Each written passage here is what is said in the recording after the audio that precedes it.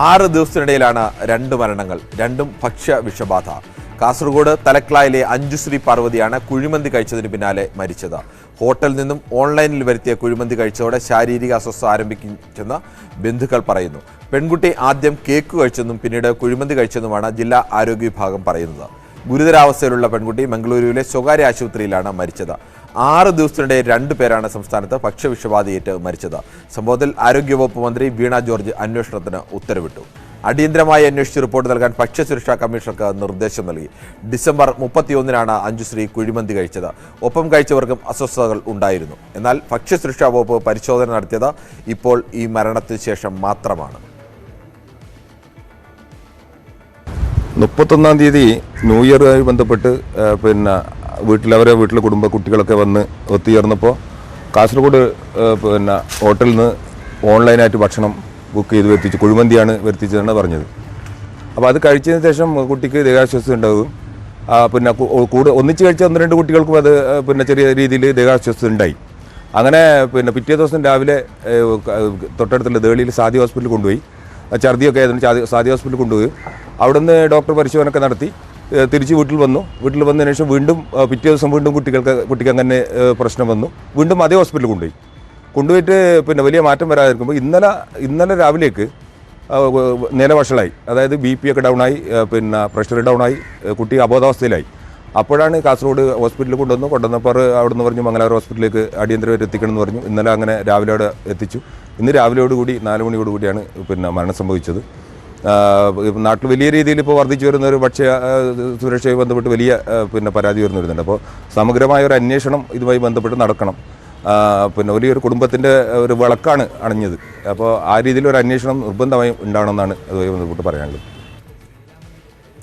ആദ്യം കേക്കാണ് കഴിച്ചതെന്നും പിന്നീടാണ് കുഴിമന്തി കഴിച്ച കാര്യം പറഞ്ഞതെന്നും food safety assistant commissioner Subimol പറഞ്ഞു. നമ്മൾ ഇതുവരെ ഇതാരും വിളിച്ചു പറഞ്ഞില്ലായിരുന്നു. നമ്മൾ ഇന്ന് രാവിലെയാണ് നമ്മൾ അറിയുന്നത്. അപ്പോൾ തന്നെ നമ്മൾ സ്ട്രിക്റ്റ് ആക്ഷൻ എടുത്തിട്ടുണ്ട്. അവിടെ ഫുഡ് സേഫ്റ്റി ഓഫീസേഴ്സ് പരിശോധിക്കുന്നുണ്ട്. ഈ വിവരം നമുക്ക് ഇപ്പോഴാണ് കിട്ടുന്നത്. ഫുഡ് പോയിസൺ ഉണ്ടായ കാര്യം ഇത് നിർഭാഗ്യവശാലുണ്ടായ ഒരു സംഭവമാണ്. നമ്മൾ കൃത്യമായി പരിശോധന, വളരെ ഊർജ്ജസ്വലമായി പരിശോധന കാസർഗോഡ് ജില്ലയിൽ നടക്കുന്നുണ്ട്. കൂടുതൽ വിവരങ്ങളുമായി ഞങ്ങളുടെ കാസർഗോഡ് റിപ്പോർട്ടർ KV ബൈജു ആണ് ചേരുന്നത്. ബൈജു, ഈ 6 ദിവസങ്ങൾ, ഈ ഭക്ഷ്യവിഷബാധ ഉണ്ടായിട്ട് 6 ദിവസം, ഈ 6 ദിവസവും ഒരു നടപടിയും അധികൃതർ ഭാഗത്ത് നിന്ന് ഉണ്ടായില്ല. അവരൊന്നും ഇത് അറിഞ്ഞില്ല എന്നാണ് പറയുന്നത്. അങ്ങനെ ഒരു അറിയിപ്പ് അധികൃതർക്ക് നൽകുകയോ അല്ലെങ്കിൽ പരാതി നൽകുകയോ ഒന്നും ഉണ്ടായില്ലേ? കിരൺ ബാബു, ഇത് സംബന്ധിച്ച് സമഗ്ര അന്വേഷണം വേണമെന്നാണ് കാസർഗോഡ് MLA നെല്ലിക്കുന്ന്, അതുപോലെ തന്നെ ഈ കാഞ്ഞങ്ങാട് MLA E ചന്ദ്രശേഖരൻ ഉൾപ്പെടെ ഇപ്പോൾ ഉന്നയിച്ചിരിക്കുന്നത്. അവ്യക്തത ഇതിൽ സംബന്ധിച്ച് ചില അവ്യക്തതകളൊക്കെ നിലനിൽക്കുന്നുണ്ട്.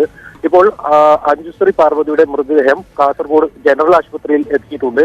ഇവിടെ ഇൻക്വസ്റ്റ് നടപടികൾ ഇപ്പോൾ പുരോഗമിക്കുകയാണ്. ഇതിനുശേഷം കണ്ണൂർ മെഡിക്കൽ കോളേജിലേക്ക് വിദഗ്ധ പോസ്റ്റ്മോർട്ടത്തിനായി കൊണ്ടുപോകുമെന്നാണ് പോലീസ് വ്യക്തമാക്കുന്നത്. എന്തായാലും അല്പസമയം മുമ്പാണ് മൃതദേഹം ഇപ്പോൾ ജനറൽ ആശുപത്രിയിൽ എത്തിയിരുന്നു. നിരവധി പേർ ഇവിടെ സ്ഥലമെന്ന് കാണാൻ എത്തിയിട്ടുണ്ട്.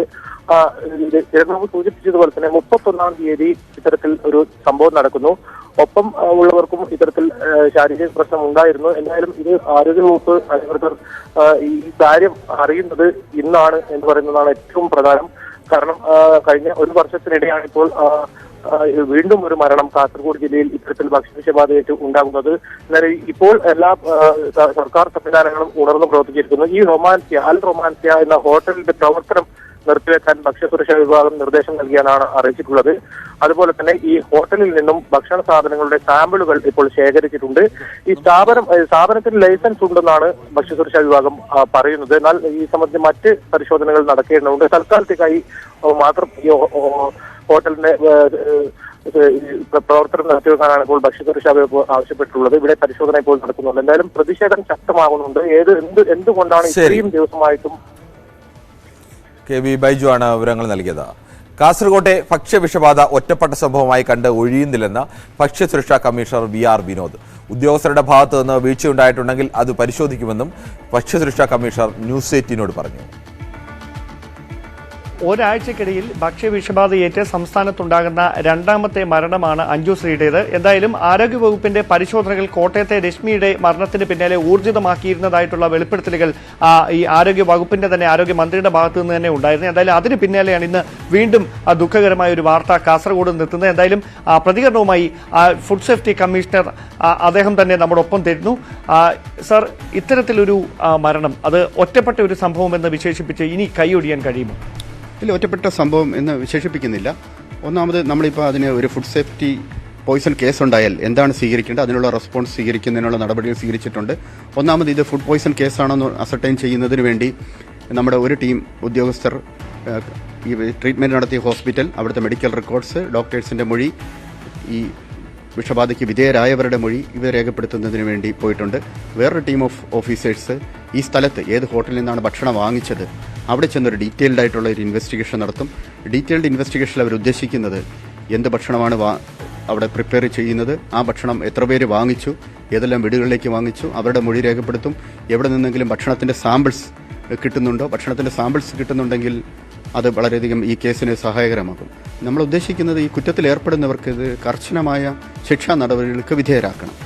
ഈ ഒരു ഫുഡ് പോയ്സൺ കൊണ്ട് മരണം സംഭവിക്കുന്ന കേസിൽ 7 വർഷം വരെ തടവും 10 ലക്ഷം രൂപ ഫൈനുമാണ് നിയമത്തിൽ നിഷ്കർഷിക്കുന്നത്. അതിലേക്ക് കൊണ്ടുവരുന്നതിന് വേണ്ടി ഒരുപക്ഷെ ഭക്ഷണത്തിൻ്റെ സാമ്പിൾ കിട്ടിയില്ലെങ്കിൽ കൂടി ആ ഹോട്ടൽ പരിശോധിക്കുന്നതിലൂടെ ഹോട്ടലിലെ ഹൈജീൻ കണ്ടീഷൻസ്, ജീവനക്കാരുടെ ഹെൽത്ത് സ്റ്റാൻഡേർഡ്സ്, അവിടെ റോ മെറ്റീരിയൽസ് എവിടുന്ന് വാങ്ങിക്കുന്നു, മീറ്റ് എവിടുന്ന് വാങ്ങിക്കുന്നു, മീറ്റ് എങ്ങനെയാണ് സൂക്ഷിക്കുന്നത്, റെഫ്രിജറേറ്ററിൽ നിന്ന് എത്ര ടെമ്പറേച്ചർ മെയിൻറ്റെയിൻ ചെയ്താണോ പ്രിപ്പയർ ചെയ്യുന്നത്, എങ്ങനെ പ്രോപ്പറായിട്ട് കുക്ക് ചെയ്യുന്നുണ്ടോ, അവർക്ക് ലൈസൻസ് ഉണ്ടോ, അവർ ട്രെയിനിങ് എടുത്തവരാണോ നിയമപരമായി, ഇക്കാര്യങ്ങൾ പരിശോധിക്കുന്നതിലൂടെ തന്നെ ഇൻ കേസ് സാമ്പിൾ കിട്ടിയില്ലെങ്കിൽ കൂടെ ഇവരെ ശിക്ഷാ നടപടികൾക്ക് വിധേയരാക്കാൻ സാധിക്കും. അപ്പോൾ ആദ്യമായിട്ട് ചെയ്യേണ്ടത് ഈ ഇത്തരത്തിലുള്ള ഒരു ഇൻവെസ്റ്റിഗേഷനാണ്.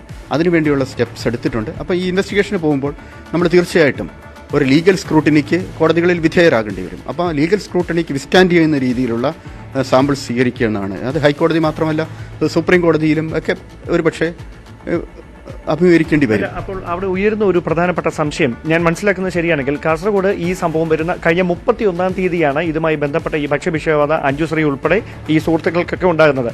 അന്ന് ഈ പരാതി ഉയർന്നിരുന്നു. നിരവധി പേർക്ക് ഈ ഭക്ഷ്യവിഷബാധ ഏറ്റതായിട്ടുള്ള ആക്ഷേപങ്ങൾ അന്ന് തന്നെ പുറത്തു വന്നതുമാണ്. പക്ഷേ ഈ പരിശോധന ഇന്നലെ രാത്രി വരെ ഈ കട പ്രവർത്തിച്ചിരുന്നു, ഈ സ്ഥാപനം പ്രവർത്തിച്ചിരുന്നു എന്നാണ് ഞങ്ങളുടെ റിപ്പോർട്ടർ അവിടെ നിന്ന് റിപ്പോർട്ട് ചെയ്തിരിക്കുന്നത്. അപ്പോൾ അങ്ങനെയാണെങ്കിൽ ഈ കൃത്യമായ പരിശോധന വേണ്ട സമയത്ത് നടത്തുന്നതിൽ എന്തെങ്കിലും വീഴ്ച സംഭവിച്ചതായി പ്രാഥമികമായി നടത്തുന്ന വിലയിരുത്തലിൽ ബോധ്യപ്പെട്ടിട്ടുണ്ട്? എനിക്ക് ഫീൽഡിൽ നിന്ന് ഇതുവരെ റിപ്പോർട്ട് ലഭിച്ചിട്ടില്ല. ഞാൻ റിപ്പോർട്ട് അവൈറ്റ് ചെയ്യാണ്. അപ്പോൾ ഫീൽഡിൽ നിന്ന് പ്രാഥമികമായിട്ട് എനിക്ക് ഉടൻ തന്നെ റിപ്പോർട്ട് ലഭിക്കും. ആ റിപ്പോർട്ട് ലഭിക്കുമ്പോൾ ഇക്കാര്യങ്ങളിലെ കൃത്യതയോടെ എനിക്ക് പറയാൻ സാധിക്കും. അപ്പോൾ ഫീൽഡിൽ നിന്ന് റിപ്പോർട്ട് ലഭിച്ചതിന് ശേഷം ഫർദറായിട്ട് എടുക്കേണ്ട നടപടികളെ സംബന്ധിച്ച് ഫീൽഡിലേക്ക് നിർദ്ദേശം കൊടുക്കാൻ സാധിക്കും. അതനുസരിച്ച് ഫർദർ നടപടി സ്വീകരിക്കും. ഈ പരിശോധനകൾ നടക്കുന്നതിന് മുമ്പ് തന്നെ ഏത് സ്ഥാപനത്തിലേക്കാണോ പരിശോധനയ്ക്ക് പോകുന്നത് ആ സ്ഥാപനത്തിന്റെ ഉടമകളെ ഈ റെയ്ഡിന് പോകുന്ന ഉദ്യോഗസ്ഥർ തന്നെ ഈ വിവരങ്ങൾ ചോർത്തി നൽകുന്നതായിട്ടുള്ള ആക്ഷേപങ്ങൾ അത് ചില സ്ഥലങ്ങളിൽ ഉയരുന്നുണ്ട്. അതിലെന്തെങ്കിലും അടിസ്ഥാനമുണ്ടോ? ഭക്ഷ്യസുരക്ഷാ വകുപ്പിനെ സംബന്ധിച്ച് അടിസ്ഥാനമില്ല. ഭക്ഷ്യസുരക്ഷാ വകുപ്പ് മാത്രമല്ല ഹോട്ടലുകൾ പരിശോധിക്കുന്നത്. ഭക്ഷ്യസുരക്ഷാ വകുപ്പിൽ നമ്മൾ വളരെ കൃത്യമായൊരു മോണിറ്ററിംഗ് സിസ്റ്റം ഉണ്ട്. മാത്രമല്ല നമ്മുടെ ഉദ്യോഗസ്ഥർ നമ്മൾ ചെറുപ്പക്കാരായ ഉദ്യോഗസ്ഥരാണ്. അവർ ഇത്തരം നടപടികളിലേക്ക് ഒരിക്കലും വിധേയരാകുന്നവരല്ല. അങ്ങനെ ഏതെങ്കിലും ഒരു ഉദ്യോഗസ്ഥൻ വിധേയരാകുന്നുണ്ടെങ്കിൽ കർശന ശിക്ഷാ നടപടികൾ അവർക്കെതിരെ നടപടികൾ സ്വീകരിക്കും. ഞങ്ങൾ ഓരോ നടപടികൾ ഓരോ മാസവും പെർഫോമൻസ് ഇവാലുവേറ്റ് ചെയ്യുന്നുണ്ട്, മന്ത്ലി ആയിട്ട് ഇവാലുവേറ്റ് ചെയ്യുന്നുണ്ട്. അപ്പോൾ ഇങ്ങനെ കുറ്റകൃത്യങ്ങളിൽ ഏർപ്പെടുന്ന ആരെങ്കിലും ഉണ്ടെങ്കിൽ അവരുടെ വിവരം തീർച്ചയായിട്ടും നമുക്ക് ലഭിക്കും. അപ്പം ഭക്ഷ്യസുരക്ഷാ വകുപ്പിലെ ഉദ്യോഗസ്ഥർ അങ്ങനെ മുൻകൂറായിട്ട് വിവരം കൊടുക്കുന്നില്ല എന്നാണ്. അപ്പോൾ ഈ ആരോഗ്യമന്ത്രി തന്നെ കഴിഞ്ഞ ദിവസം പറഞ്ഞിരുന്നത് ഒരു ടാസ്ക് ഫോഴ്സിന് രൂപം നൽകും. ഈ 5-ാം തീയതിയും 6-ാം തീയതിയുമായിട്ട് മാത്രം ഏതാണ്ട് 500-ലേറെ സ്ഥാപനങ്ങളിൽ 5-ാം തീയതിയും 450-ലേറെ സ്ഥാപനങ്ങളിൽ ഇന്നലെയും പരിശോധന നടത്തിയതായിട്ട് വാർത്താക്കുറിപ്പുകളടക്കം പുറത്തു വന്നിരുന്നു. ഇപ്പോൾ ഈ അഞ്ജുശ്രീയുടെ മരണത്തിന് പിന്നാലെ നിലവിൽ നിങ്ങൾ എന്ത് നടപടിയാണ് ഇതുമായി ബന്ധപ്പെട്ട് സ്വീകരിച്ചിരിക്കുന്നത്?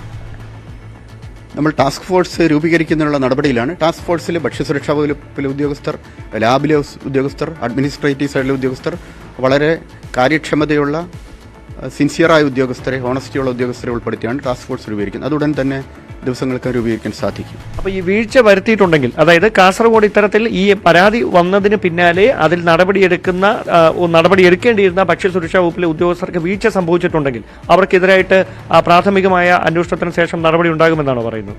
തീർച്ചയായിട്ടും ജീവനക്കാരുടെ ഭാഗത്ത് വീഴ്ച ഉണ്ടെങ്കിൽ അവർക്കെതിരെ നടപടി സ്വീകരിക്കും. തീർച്ചയായിട്ടും അദ്ദേഹത്തിന്റെ വാക്കുകൾ വളരെ വ്യക്തമാണ്. ഭക്ഷ്യസുരക്ഷാ കമ്മീഷണർ VR വിനോദാണ് ഇപ്പോൾ ന്യൂസ് 18നോട് പ്രതികരിച്ചിരിക്കുന്നത്. ഏതെങ്കിലും തരത്തിലുള്ള വീഴ്ച ഇതുമായി ബന്ധപ്പെട്ട പ്രാഥമികമായ അന്വേഷണം നടത്തുന്നതിലോ അത് റിപ്പോർട്ട് ചെയ്യുന്നതിലോ ഉണ്ടായിട്ടുണ്ട് എങ്കിൽ കൃത്യമായ നടപടി അവരുടെ ഭാഗത്ത് നിന്ന് ഭക്ഷ്യസുരക്ഷാ വകുപ്പിന്റെ ഭാഗത്തു നിന്നുണ്ടാകും ഉദ്യോഗസ്ഥർക്കെതിരായിട്ട് എന്നാണ് ഇപ്പോൾ ഫുഡ് സേഫ്റ്റി കമ്മീഷണർ ന്യൂസ് 18നോട് പ്രതികരിച്ചിരിക്കുന്നത്. ഏതായാലും ഫുഡ് സേഫ്റ്റി കമ്മീഷണറുടെയും ഒപ്പം തന്നെ മറ്റ് ഉദ്യോഗസ്ഥരുടെയും നേതൃത്വത്തിലാണ് ഇപ്പോൾ സംസ്ഥാന വ്യാപകമായി ഈ പരിശോധനകൾ തുടരുന്നതിന് വേണ്ടിയിട്ടുള്ള ഊർജിതമാക്കുന്നതിന് വേണ്ടിയിട്ടുള്ള നടപടികൾ സ്വീകരിച്ചിരിക്കുന്നത്.